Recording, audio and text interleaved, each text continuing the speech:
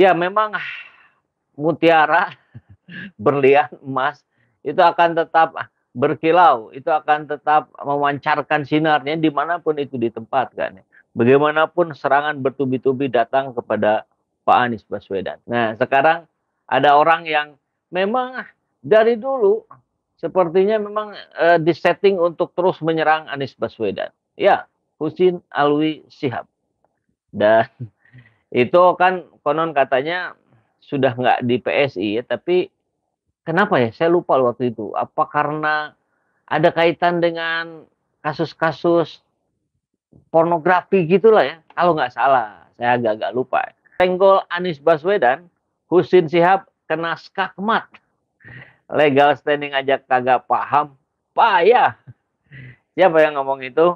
Nanti ya kita bacakan di bawah. Warta Ekonomi Jakarta. Karena sempat menyinggung Anies Baswedan, Husin Sihab kini balas dikomentari oleh pegiat media sosial Bahrum Ahmadi.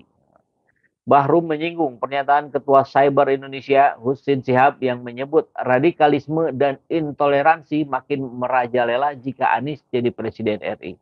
Ngeri ya, kalimatnya sungguh kalimat yang, aduh, saya mau bilangnya terlalu kasar ya. Kalau saya bilang goblok itu kan terlalu kasar ya. Apa yang halusnya ya?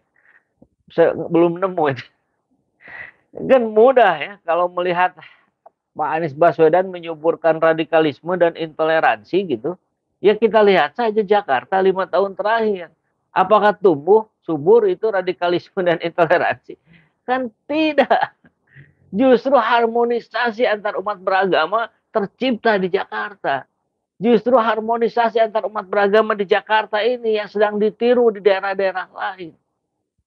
Nah, ini malah melakukan tuduhan yang 180 derajat bedanya. Jadi kan kalau nggak kata tadi itu gob, terus apa yang lebih cocok? Dungu, bodoh gitu. Oke. Halah, si Husin banyak bacot. Wah, ini lebih ngeri lagi nih masanya. Legal standing aja kagak paham, payah. Kejar Bahrum dikutip dari unggahan Twitternya hari Rabu 28 September kemarin ya.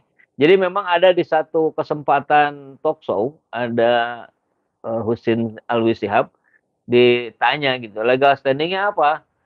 Dalam pembahasan apalah. Kemudian dia terbengong-bengong. Dia nampak sekali nggak paham legal standing itu apa. Jadi orang yang nggak mengerti, nggak paham, tapi dipaksakan barangkali bicara di depan publik ya begitulah jadinya gitu. Jadi tergopoh-gopoh.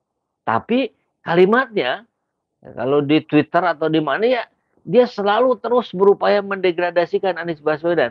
Kebayang nggak sih ada orang yang berupaya terus mendowngrade Anies Baswedan sambil dia kelihatan bodohnya gitu. Tapi terus saja ditugasi untuk menyerang Anies kan lucu, aneh, bin ajaib yang hanya ada di negeri ini barangkali begitu ya. Oke. Wah, iklannya banyak banget. Diketahui sebelumnya, Husin Sihab berimajinasi ke depan tuh, berimajinasi nih. Dan memberikan pernyataan pedas seandainya Anies Baswedan yang menjadi pemimpin Indonesia. Terlihat pada unggahan Husin di akun Twitternya, tidak sedikit tentang kebenciannya terhadap Gubernur DKI Jakarta itu. Bahkan, Husin pernah menulis, Anies tidak pantas menjadi pemimpin. Jika hal itu terjadi, akan timbul kegaduhan. Nah kan, dungu kan?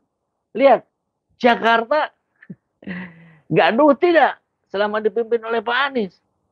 Jakarta bagaimana keadaannya hari ini? Sebaliknya, banyak diapresiasi bahkan oleh dunia. Transportasi makin terintegrasi. Bahkan kalau hitung-hitungan naik angkot di Jakarta itu dengan di Bandung itu bisa lebih murah di Jakarta. Karena berapa kali pindah moda transportasi, biayanya sudah include gitu. Kalau di sini kan kemarin aja saya lagi naik motor di jalan tuh ya, terus nempel ke angkot gitu. Sekarang ada kertas ditulisin besar-besar. BBM naik, tarif jarak dekat 3.000. Jadi kalau jarak dekat 3.000. Kalau jarak jauh berarti bisa 5.000, 6.000 sampai 8.000. Sedangkan di Jakarta bisa lebih murah kalau pakai apa ya, Jaklingko atau apa yang terintegrasi itu. Luar biasa itu. Oke, akun-akun ini eh, apa quote yang saya ambil dari yang kita ambil dari akun Twitternya Husin Sihab.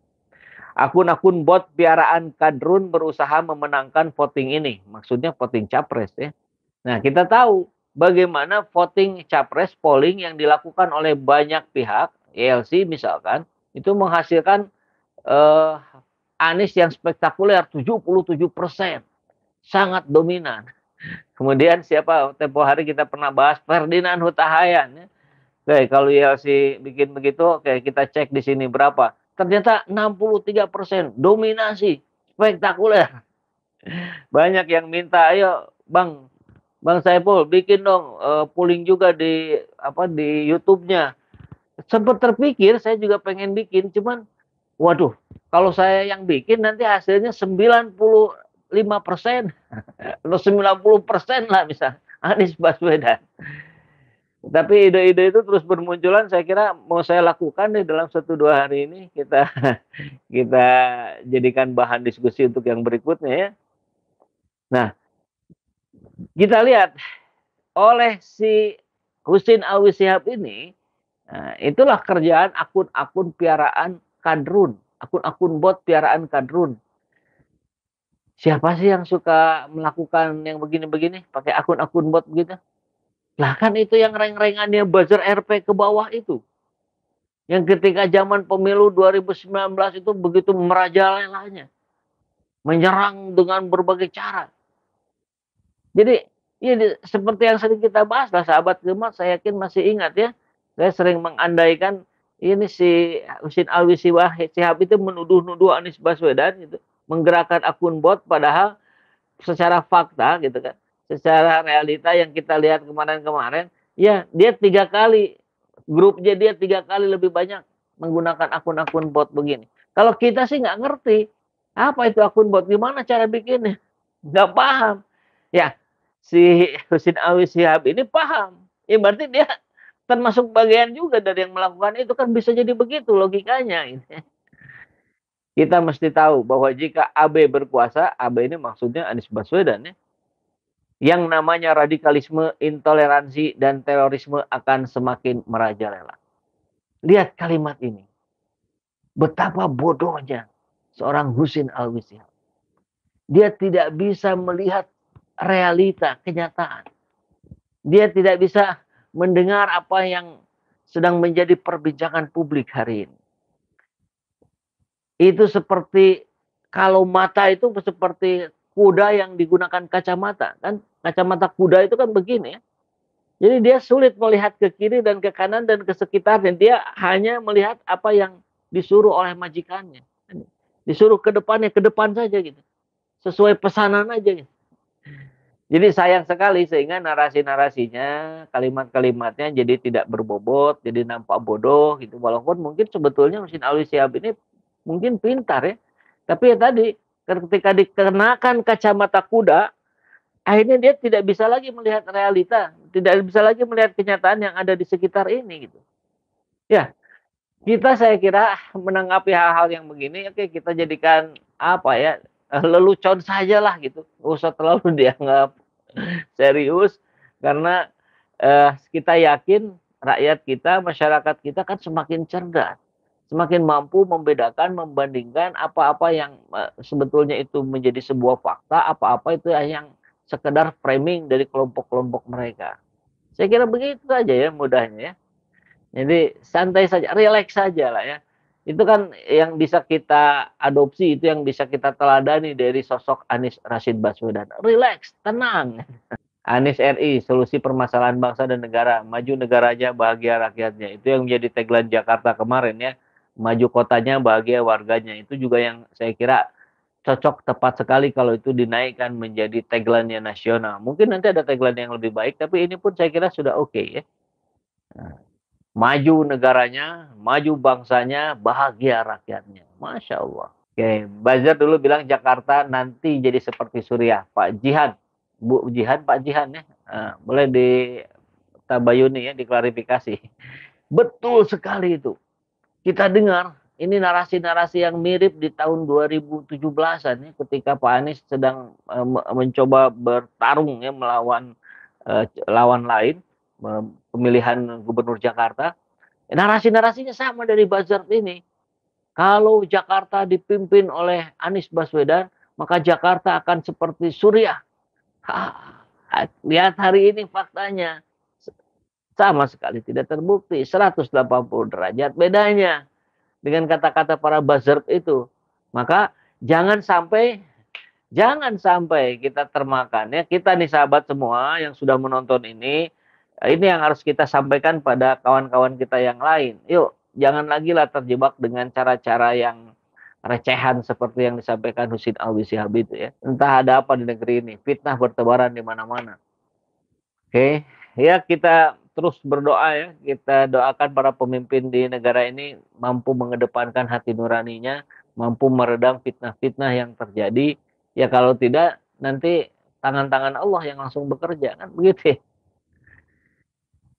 Nah, Anies nomor satu mungkin maksudnya. Buzzer perusak NKRI sepakat.